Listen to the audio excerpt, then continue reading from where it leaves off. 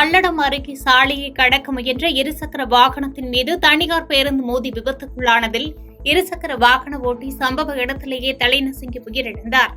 அரியலூர் மாவட்டத்தைச் சேர்ந்தவர் திருமுருகன். இவர் திருப்பூர் மாவட்டம் பல்லடத்தை அடுத்த பொங்கலூர் கொடுவாய் பகுதியில் தனியார் நிறுவனத்தில் வேலை செய்து வருகிறார். இந்நிலையில் அவர் பொள்ளாச்சி சாலையிலிருந்து கொடுவாய் சந்தைக்கடை பகுதிக்கு செல்ல இருசக்கர வாகனத்தில் சாலையை கடக்க முயன்றுள்ளார். அப்போது திருப்பூரிலிருந்து தாராபுரம் நோக்கி சென்ற தனியார் பேருந்து எதிர்பாராத விதமாக சாலையை கடக்க முயன்ற இருசக்கர வாகனத்தின் மீது மோதியது. இதில் இருசக்கர வாகனத்தில் பயணித்த திருமுருகன் நிலை தடுமாறி கீழே விழுந்ததில் பேருந்து சக்கரம் ஏறி இறங்கியதில் அவர் சம்பவ இடத்திலேயே தலைநசுங்கி உயிரிழந்தார். இதுகுறித்து தகவல் அறிந்த அவினாசிபாளையம் போலீசார் சம்பவ இடத்திற்கு விரைந்து சென்று திருமுருகனின் உடலை மீட்டு பிரேத பரிசோதனைக்காக திருப்பூர் அரசு மருத்துவமனைக்கு அனுப்பி வைத்தனர். மேலும் விபத்து குறித்து போலீசார் வழக்கு பதிவு செய்து விசாரணை மேற்கொண்டு வரும் நிலையில் விபத்து தொடர்பான சிசிடிவி காட்சிகள் வெளியாகி பரபரப்பை ஏற்படுத்தியுள்ளது. தேசிய நெடுஞ்சாலைக்காக தோண்டப்பட்ட பள்ளம் அருகே பாதுகாப்பு உபகரணங்கள் வைக்காததால் இருசக்கர வாகனத்தில் சென்ற ஒருவர் உயிரிழந்த சம்பவம் அப்பகுதியில் பெரும் பரபரப்பை ஏற்படுத்தியுள்ளது. வேலூர் மாவட்டம் குடியாத்தம் அடுத்த சேத்துவண்டை கிராமத்தைச் சேர்ந்தவர் அர்ஜுன். இவர் காட்பாடியில் உள்ள தனியார் செல்போன் விற்பனை நிறுவனத்தில் பணியாற்றி வருகிறார்.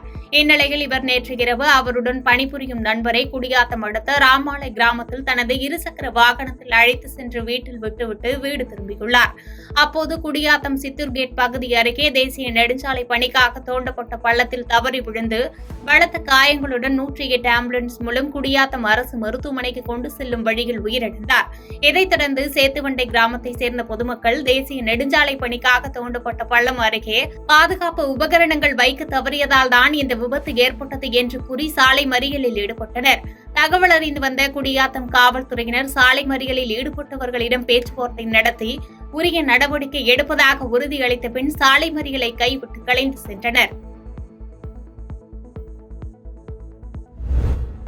சாத்தான்குளம் அருகே மின்கம்பத்தில் ஏறி பழுது பார்த்த மின் ஊழியர் மின்சாரம் தாக்கி உயிரிழந்து மின்கம்பத்தில் தொங்கிய நிலையில் இருந்தது பரபரப்பை ஏற்படுத்தியது.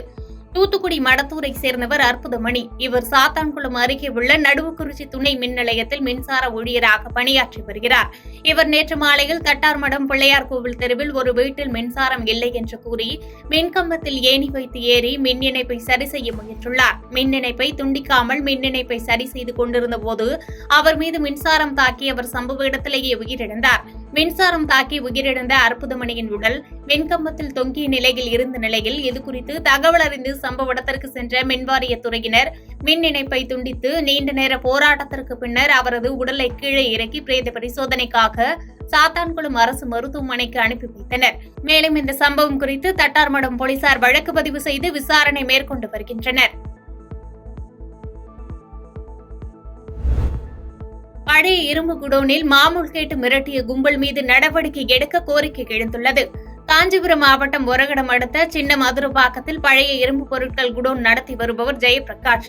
இந்நிலையில் இவரது இரும்பு குடோனிற்கு 10க்கும் மேற்பட்டோர் வந்து தங்கள் பகுதியில் கடை வைத்துள்ளதால் தங்களுக்கு மாமூல் தர வேண்டும் என்று கேட்டு தகராறில் ஈடுபட்டுள்ளனர். ஒரு கட்டத்தில் அந்த பகுதியைச் சேர்ந்த சிலர் இரும்பு உதிரி பாகங்களை ஏற்றி வந்த லாரியை அடித்து நொறுக்கியும் கடையில் இருந்த ஊழியர்களை தாக்கி வெளியேற்றியும் கடைக்கு பூட்டு போடவும் முயற்சித்தனர். பின்னர் ஊழியர்கள் போலீசாருக்கு தகவல் தெரிவித்ததை தொடர்ந்து தகராறில் ஈடுபட்டோர் அங்கிருந்து தப்பி ஓட்டம் பிடித்தனர். இது தொடர்பாக ஒரகடம் காவல் நிலையத்தில் பாதிக்கப்பட்ட ஜெயபிரகாஷ் புகார் அளித்தார்.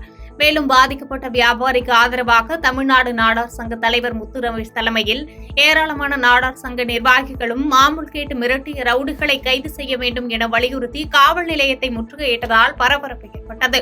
அதன் பின்னர் செய்தியாளர்களிடம் பேசிய தமிழ்நாடு நாடார் சங்கத்தின் தலைவர் முத்து ரமேஷ் மாமூல் கேட்டு மிரட்டுபவர்களை போலீசார் இரும்புக்கரம் கொண்டு அடக்க வேண்டும் என்று கேட்டுக் கொண்டார். வணக்கம், நான் உரகடம் பக்கத்தில் ஸ்கிராப் குடோன் போட்டு தொழில் பண்ணிட்டு இருக்கிறேன்.